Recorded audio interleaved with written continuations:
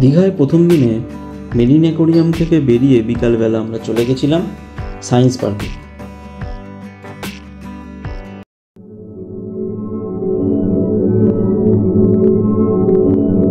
Science পার্কটি কলকাতার science সিটির একটি ছোট সংস্করণ আপনারা বলতে পারেন। এই সায়েন্স পার্কে ঢোকার এন্ট্রি ফি মাথাপিছু 30 টাকা করে।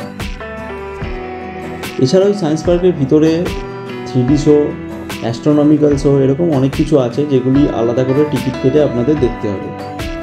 আমরা একটি 3D শোয়ের টিকিট কেটেছিলাম, যেটিরও মূল্য হচ্ছে মাথাপিছু 30 টাকা করে।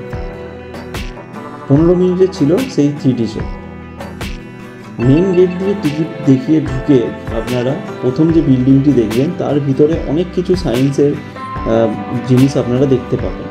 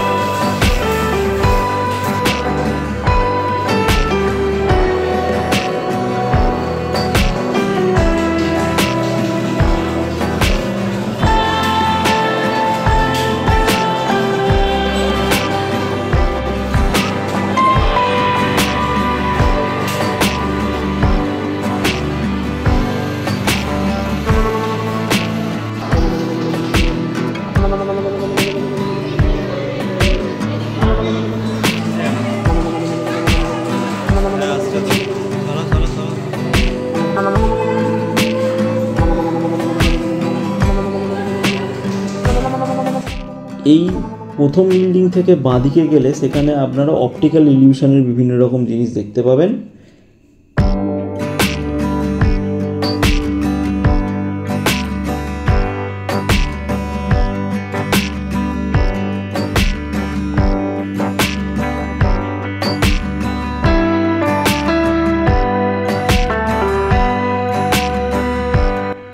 এবং এই ডান দিকের পোর্শনটায় আপনারা গেলে এখানে দীঘার বায়োডাইভার্সিটি এছাড়াও মানুষের বিবর্তন এই সমস্ত বায়োলজি রিলেটেড জিনিসগুলো আপনারা এখানে দেখতে পাবেন।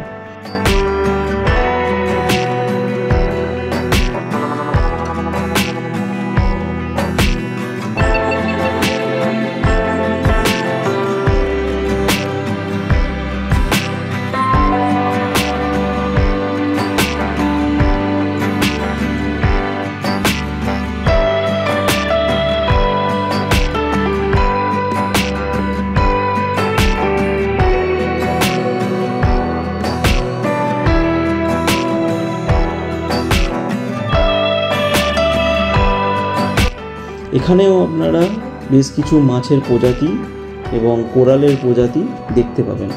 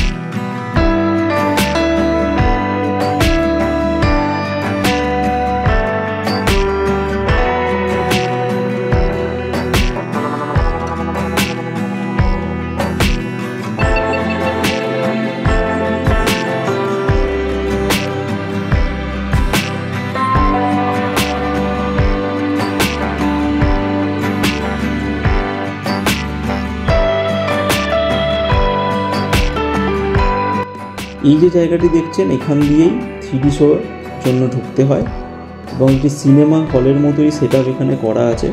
3D চশমা দেওয়া হয় এখানে, সেই 3D চশমা পরে 15 মিনিটের জন্য একটি 3D শো এখানে চালানো হয়। আমাদেরকে আন্ডার ওয়াটার একটি 3D শো দেখানো হয়েছিল।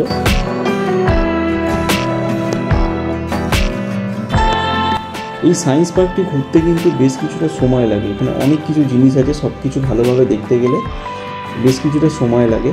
তো আপনারা এখানে এলে একটু হাতে সময় নিয়ে আসবেন, তাহলে কিন্তু ঘুরতে ভালো লাগে।